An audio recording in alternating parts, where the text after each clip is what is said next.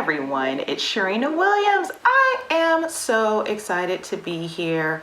We are doing our live at 5, pre-recorded today. I know.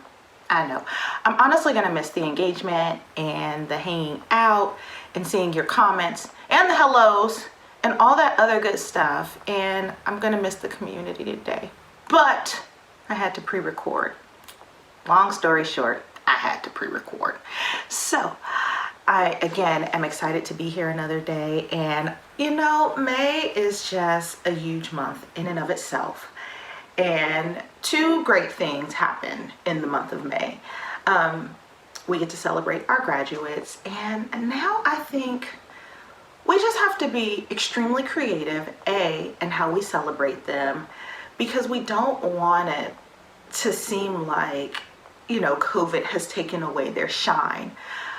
Anytime you take years to complete a task and you accomplish that task, that in and of itself is worthy of being celebrated. Not only is it worthy of being celebrated, but sometimes celebrations don't always have to come in the form of a box or a huge party or a whatever else it is that we've conditioned ourselves to think is celebratory. Like, you know, I've been seeing amazing drive-by parades where people are driving by with balloons and with posters and giving flowers or dropping things off. So we can still be intentional and make our graduates feel special. And I just want to say from the bottom of my heart, 2020 graduates, whether it's kindergarten, pre-K, high school, college, middle school, whatever it is, whether you're that returning adult going back or who went back and like grinded it out with a full family,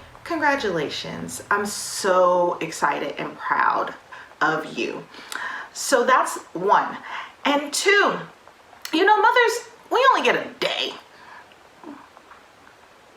You know, I feel about Mother's Day what I feel about Valentine's Day, or Mother's Day what I feel about Valentine's Day. I have like the same feeling. Like, if you're only going to celebrate me for all that I do 1 day out of the year, I don't want it. Like, come find me on like November 10th when the struggle is real and it's cold in the winter, or on, I don't know, October 6th, any day, right? I just want to be celebrated all the time, not just a time and then you feel like you can treat me any old kind of way.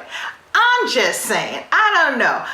It's great to have those 1 days out of the year to be recognized, but I'm just saying, my point is, celebrate me throughout the year. Celebrate your wives, your mothers, your loved ones, which also brings me to my next point.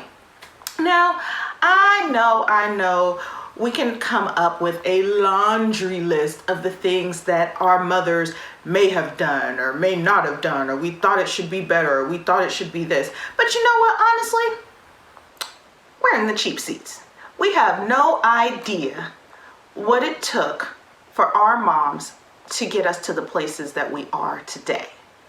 And so you may be able to find a laundry list of things they did wrong, but let's focus on what did they have to do to get it right. They got something right. They got you here. You're alive, you're healthy, and you're well. That in and of itself should be celebrated. So moms out there, you're amazing people. I love you all.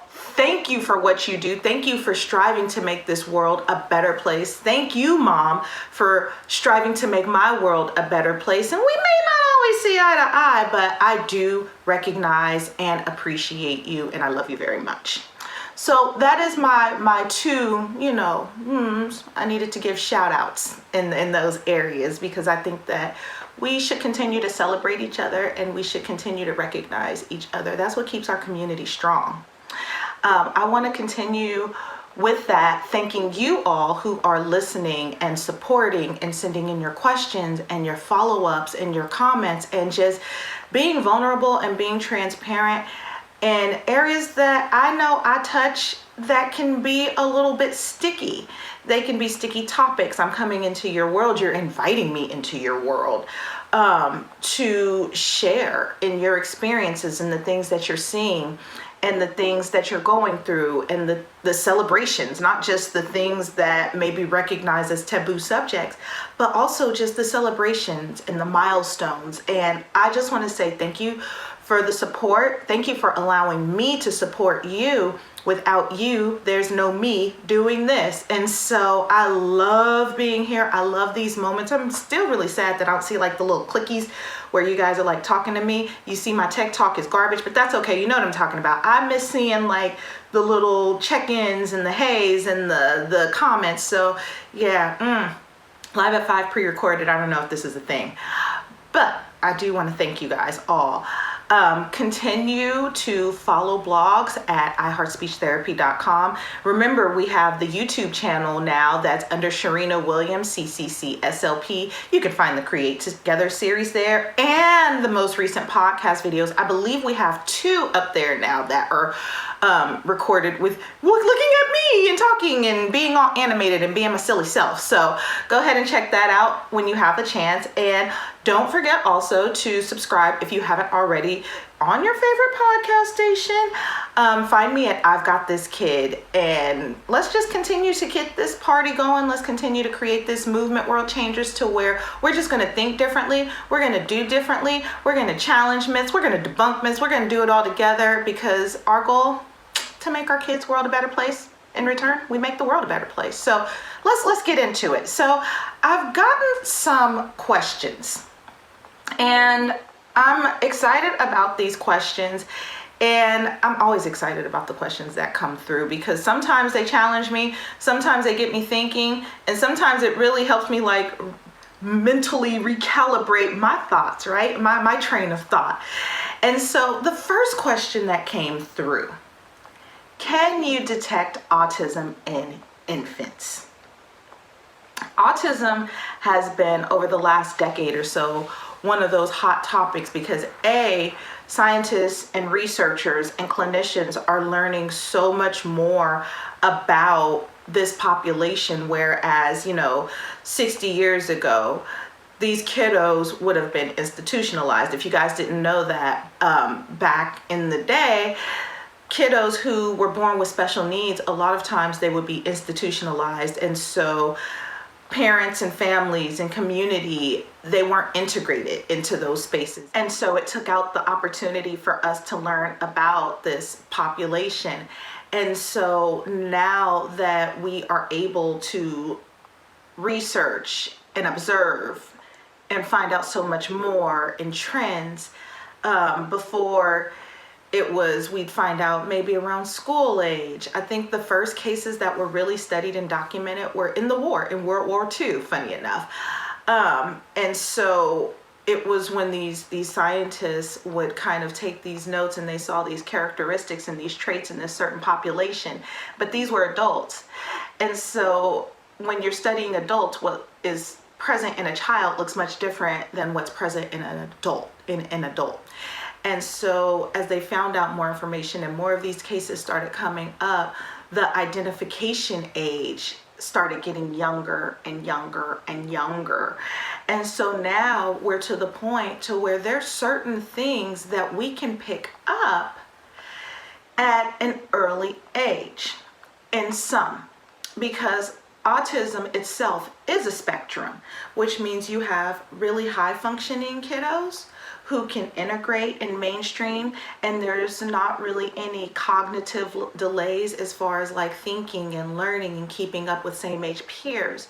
Those are the ones to where it's more of it impacts the social interaction piece. Maybe they don't get or understand social nuances or things that are characteristic to get along in society together, right? And then you have the ones in the middle who may be a little bit more mild, and they're showing more kind of quirky little things. Maybe they're a little bit delayed in their thinking and their doing, but it shows up in so many different ways.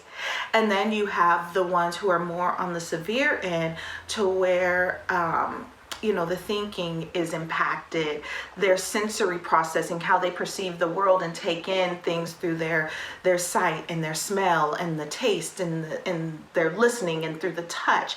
Those areas can be impacted as well. And honestly, those areas, the sensory can be impacted along the entire spectrum. It just really depends on how it plays out. But I say all that to say that we now know that there's certain things that we're looking for in an infant that we're expecting. Because remember, from birth to around 2 is where our kids are getting that social foundation and they're picking up on things that are going on. And so when you're looking at that little sweet infant, we know that there's certain things that they're going to do. We know they're going to eat a lot. We know they're going to sleep a lot. We know that they're going to, need to be changed a lot. And we also know that they're going to start babbling a lot. And in those babbles, we know that they are usually trying to get our attention. Even in their cries, they're trying to get our attention. But with the cries, they're trying to get a need met. And that happens across the board. But with that babbler, you have them looking at you and you're looking at them and they're making those exchanges. Or when you're looking at them and you're trying to get their attention, they're looking at you and attending to what you're doing. What we find is that those little sugars who may be suspected to have autism may not be paying attention as much. Maybe around 6 months, they're not responding to their name. Maybe they're making sound, but they're not looking for a person to make that sound with, to make that conversational exchange. Maybe, it could be a hearing loss as well, and we rule those things out at that time. But let's say that it has been ruled out, and you're noticing they're not paying attention, and you notice they're a little bit too content by themselves. Remember, babies are pretty needy people, right? And so if you don't see them having that need to just be with you, not just for, I need you to meet this need, but like that pre-social interaction, then there's some things that you can do during that time. Stay in their face. Get them to communicate back and forth with you. If they're looking around and they're kind of ignoring you, become intentional about communicating with them. Become intentional to get those conversation exchanges. And even though it's just the bye, bye, bye, ma, and those don't really seem, that important at that time, they really are. Because they're the foundation, the building blocks to their language, and not only to their language, but also how they're going to socialize and relate to the world. See, sometimes we have to help them along in those areas, and you have to think of it like this.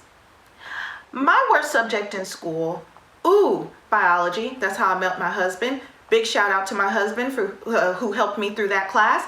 But that's for me. Biology is it. I had to work really hard to just do decent in that class, right? And so for a kiddo who has difficulties relating to the world around them, who has difficulties communicating with people around them, they may need more time and more support. We don't want to shy away from the things that they're not good at. We want to just provide more opportunity in order for them to be able to rise to the occasion. Does that make sense? I hope that makes sense. So yes, we can detect it earlier in infants, and we're looking for those social cues. Again, are they giving us eye contact? Are they seeking us out when they're communicating? Are they responding to their names? Are they responding to those around them? And so we do want to make sure that those things are in place. And yes, there are other things as well, but if those things you're noticing aren't happening, then it may be time to have a virtual chat with your pediatrician, because everything's virtual now. So thank you for that question, and let's get into the next. What are your favorite homeschool materials? That's a total shift in gears, but yeah, I've got them, and I already have them here. So I am a fan. Don't judge me. I am a fan of anything that has to do with whiteboard. Whiteboards are my best friend. Not just a specific type of whiteboard. This is not paperclip stuff to it. I like magnetic whiteboards. I like whiteboards that can do stuff like this. Pretty fancy. My daughter broke it. She smashed it playing around. Hurt my little heart, but it still works. This is from Home Depot. We bought a big old whiteboard and we cut it into parts. I love this whiteboard. I use it for everything, and I mean everything. There's not a subject that I don't use a whiteboard for. I use it when we're writing. I use it during science. I use it in math. I use it for everything. I use whiteboards for everything, everything, everything. Why? Because it's a great tool that I could use to teach without having to use a bunch of paper. And if I make a mistake, I can erase it real quick. And it's great. The kids have their own whiteboards as well. And so when they're learning new concepts, they use their whiteboards as well to write down whatever they want to write down. Or when we're learning new math strategies, especially for Mahana, where she's getting older and the math is becoming more complex. We're getting into algebra and things like that. And so as the math is getting more complex, these multi-step problems, she's able to go and check, and she doesn't have to do a whole bunch of like pencil erasing. She just needs to look at her whiteboard. The problems that she wants to use as models for when she does her independent work, she copies it on her paper. But for the most part, she uses her whiteboard. Like, whiteboards are our friends. In the morning when we do our morning routine, we use our whiteboards. When we do our prayers, we use whiteboards. We use whiteboards for everything. I also have this big old whiteboard here, but this isn't even my biggest. I use this for maybe like if we're doing paragraphs and we're doing edits, I'll use a whiteboard for that. If we're creating ideas or developing ideas, again, that way I don't have so much paper waste, because I don't need a bunch of paper waste. I need things to be efficient, and I'm not trying to kill all the trees if I don't have to. And then you can see my second favorite item that goes along with the whiteboard: dry erase markers. I have so many dry erase markers. I have all kinds of brands of dry erase markers. I love dry erase markers. I get mad when I try to use one and it doesn't work, but those are hands down my favorite homeschool materials. And you don't need like the fancy little spray that costs like $5 to spray the board, because that stuff runs out fast and it doesn't always work. I honestly get like some alcohol, and I know alcohol is in short supply, but the little I have left, I use that with like some old rags. Again, I'm trying to reuse, and then when I feel like the rag is too dirty, I just throw it in the washing machine, start the process all over again. It works just fine. Everybody's happy. The kids have erasers. I use anything though. I'll use old dish towels. I use whatever I can. As long as I can erase and get the board back to close to white, then I'm usually pretty happy, because again, whiteboards are my friend. I can't imagine a life without them. Because I can do everything with them. So, and I could travel with them. I take them with me as well. So like, it really is a thing for me. Like, I don't want like 20 books and 20 papers, but like my whiteboard and my Sharpie, especially this little doohickey right here, this right here. Yep, that's friend. And it's small, compact, makes my life happy. So that answers that question. Thank you for that question. That's an interesting question. You want to know what's going on in my world, but that's what's going on in my world: whiteboards and lots of dry erase markers. And question 3, is my toddler ready for preschool when COVID-19 lifts restrictions? Whew. I don't even know how to, I know how to address part of this. I know how to definitely address the toddler ready for preschool. But when COVID-19 lifts, I think from my perspective, this is my perspective, agree or disagree, COVID-19 has been really tremendous globally.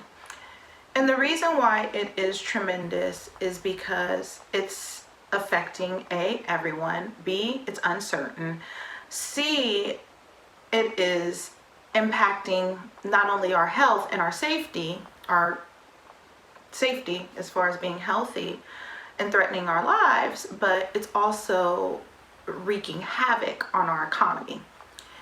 And so it is extremely difficult from my perspective to speak to COVID, because I know that everybody is in such different positions. Like, if you're in a position to where you have lost work because of COVID and you're worrying about food for your family and paying rent, then it's hard for me to like speak to like preschool if that is on the forefront of your mind, you know? So I'm saying that to say I don't want to be empathetic, and I don't want to appear brash as if I don't recognize that real lives are being impacted by COVID.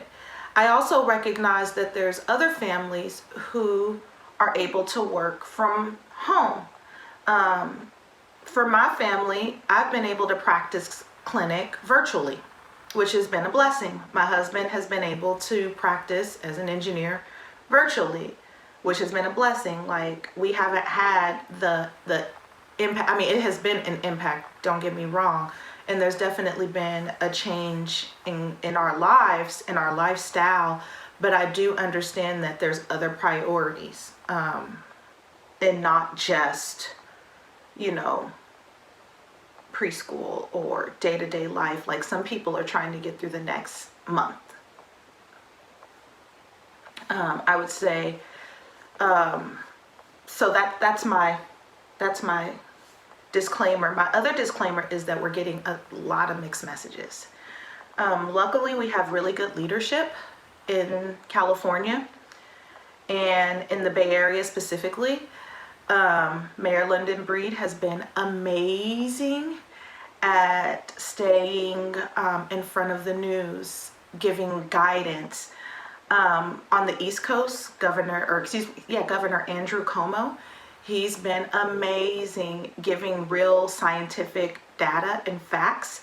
And so I would say, listen to the scientists, use wisdom, listen to the scientists as things continue to open. I understand that some businesses need to open in order to be comfortable with when bills are due. Like, bills are real, and when they come, you want to be able to pay them. So I would just say, use wisdom around that. So going back to the question, I digress, is my toddler ready for preschool? Well, let's ask a few questions. Well, let's talk about preschool in general. Preschool, what is preschool for? Preschool is for a few different reasons. Preschool is A, to get your kid out the house so you can enjoy yourself. I'm just kidding. I'm just kidding. Preschool is really for your child to be able to learn pre-academic skills before going to traditional school. Preschool is optional. It used to, when I was a kid, it was optional, right? But now things are a little different.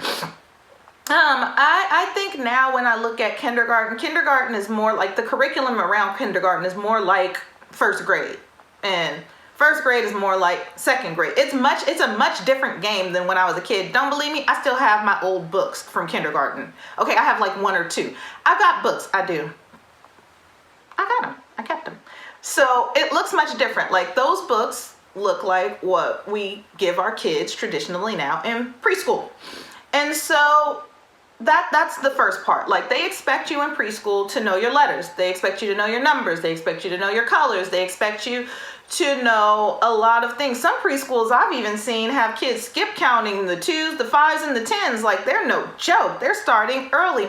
I know one preschool in particular, like, they are known for having their kids reading by the time they hit kindergarten. So I'm telling you, preschool is like kindergarten, and kindergarten's like first grade. So is your toddler ready for preschool? It depends on your toddler. Different toddlers have different needs. Some toddlers need preschool for the academics, to learn the stuff. Maybe that's not your scene, to teach traditional curriculum, and there's nothing wrong with that. Like, enlist help if you can get help, right? Just make sure, again, to do it safety, especially with what's going on nowadays. The other part of it is preschool is great for teaching early social skills. Why? Because it puts them in the thick of things, right? They're not at home with mom and dad, who probably are going to give in a lot more. Whereas at preschool, little Timmy is not going to always be willing to give you your way, to give your sugar their way, right? And so those social skills, those early social skills, it is a place where they can be established. How to get along, how to make relationships. Is this the only way it can happen? Absolutely not. I believe this could also happen through intentional play dates, especially coming from a homeschooler who has 2 kids who don't physically go to school. Actually, nobody's physically going to school, but that's my thing. But I think that if you want to get those early skills, those early pre-academic, those early social skills, like if you want to have another outlet to build that foundation, then definitely preschool is great for that. I think also like there are different types of preschool, so that's all about knowing your child. And I believe I did a podcast episode on like knowing, and I'm pretty sure I blogged as well, about like learning your child and learning what kind of learner your child is and learning what they gravitate towards. Are they a kiddo who likes to learn more hands-on? Are they a child who enjoys, more concrete learning? Are they somewhere in between? Do they pick up everything and you have to really keep them ahead of the game? Like, know your child, because putting them in preschool isn't just, I'm putting them into this situation. It needs to be a good fit in order for it to be effective. And that's my thought process about school in general. Wherever you put your child, it needs to be a good fit. Even with extracurricular activities, it needs to be a good fit. And not just the activity, but the way that the activity is being facilitated.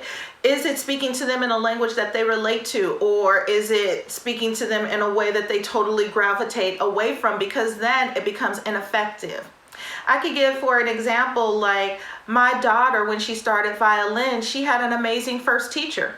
She was wonderful. She was my pastor's mom. She was great. I love her. We still love her. But as far as like her teaching style, it just wasn't a great fit down the line for Mahana. We found out that her group teacher was a better fit just because they just mesh differently. And it has nothing to do with love or like. It just has to do with like finding a good fit.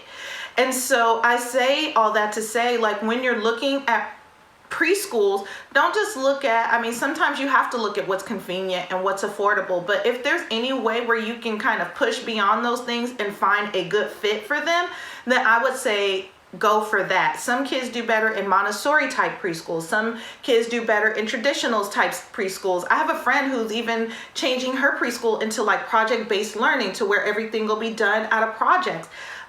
That's how they will learn and do everything. So it really, really depends on the type of kid you have.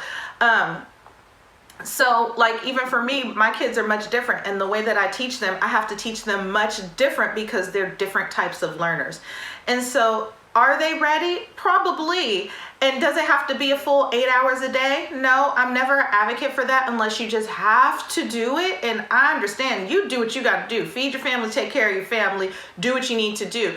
But if you have that flexibility to where you can do a few hours a day, man, have at it. Drop them off, have some coffee, read a book, do your thing, enjoy your life, and then come back and make sure to reinforce and spend your 5 to 7 minutes with them a day. Again, after COVID lifts restrictions. So we're talking hypothetically at this point. But yes, I'm absolutely a fan of it. I did it with my son. I had him while I started my clinic. When I started iHeart Speech Therapy, I had him. We had a mix of care at home, and he'd go to his little group once a week. And as he got older, we increased it, but we made sure just to do a few hours because I still want to hang out with the little guy. He's little and cute. So I just want to hang out. So do what you got to do. But yes, I am an advocate for that. And also because there wasn't a lot of information about the type of toddler you had, I couldn't speak specifically to them, so I had to kind of speak general. But if you have like more specific questions or more specific information that you want to find out, then by all means, reach out to me. You can send me a private message, or you can post your question on my page, or you can send me a question through iHeart Speech Therapy under the contact. However you want to reach out to me, I'm here, I'm around. Also too, if you do have a kiddo with special needs, there are different kind of preschools. A lot of time my advice is for kiddos who have higher functioning kids, if you can get them in a situation to where they have a hybrid kind of day, to where they're included in an inclusion situation. And an inclusion situation or an inclusion classroom is where it's a good mix, to where there's typically developing kids and there's atypically developing kids. So those are kids who are developing normally and kids who need a little bit more support to meet developmental milestones. If you can find a situation like that, best case scenario, because then those kiddos are they're able to see their peers, what same age peers are doing. and they can learn how to model that behavior. If you have a kiddo who's more severe, you're going to have to be a little bit more intentional. I still think it's great to create opportunities, though, to where the sugar can see how same age peers are operating, and to just have a good model. Because if you have a bunch of kids who have a lot of behaviors in one setting, it's likely that they may start picking up on those behaviors. And so you want to try to give a good mix. Even still, along the way, you want to make sure to educate them about and teach them, right from wrong, because special needs or not, they still need structure and discipline as well. So that's my soup talk about preschool. And the final question, this is our wrap-up question. Wrap-up question. And it still has to do with preschool. I guess that's on everybody's heart, eh? Online preschool. Is it effective or is it a waste of time? It depends, right? It depends on the type of program. It depends on your child. It depends on if it's a good fit for your child.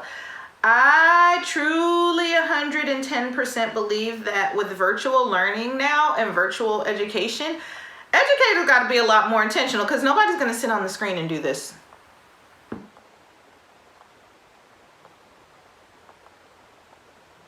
We're just not going to be staring at each other. And so I think that it puts teachers in a position to where they have to plan a lot differently, and where parents have to be present. And so I don't think that it is ineffective. I think it's probably just as effective, if not more effective, because you don't have those outside distractors, especially if it's done with intentionality. And again, if it's a good fit for the type of learner you have. So that's it for today. It was amazing being with you guys. I don't like pre-recording, but it's fine. Not at least for Live at 5. For podcasting but for Live at 5, I got to see you guys. I need to see the little clicks going through. So, we'll make sure to get back on Live at 5 on Sunday, 2 weeks out from now. And remember, you guys, you can always find me at Cherina Williams SLP, or I've Got This Kid podcast on Instagram. On Facebook, you can find me at Cherina Williams, licensed speech and language pathologist. Join my group. See what's going on out there. I post all kinds of stuff almost every day too. I'm like on it all the time, and I respond back too. So go ahead and make sure to subscribe to that and like it. And also make sure to check me out on my website, iHeartSpeechTherapy.com. There you'll find my blogs. There you'll find upcoming events. There you can join my mailing list. All kinds of good stuff. And all of my social media pages are linked to that account to make your life a whole lot easier, and mine, and so we can hang out and stay connected. And I'm not overwhelming with information. I don't send stuff every day. I don't send stuff every other day. I think the only thing you'll get from me is a blog once a week, and then information about events. So you can do all those wonderful things. And until the next time, you guys, stay wonderful. Don't get stir crazy in the house. Like, there's stuff that we can do to continue to keep the momentum going, to continue to just enjoy, to continue to connect together. Make sure you're still spending those 5 to 7 intentional minutes a day. There is a difference between being at home all day and having intentional time. So 5 to 7 minutes, still hanging out every day, still keeping track of the things that's going on, and still asking me those fabulous questions, and bringing in this stuff that just challenges my way of thinking, and you get me just going, and it makes me excited, y'all. So until the next time, y'all, take care.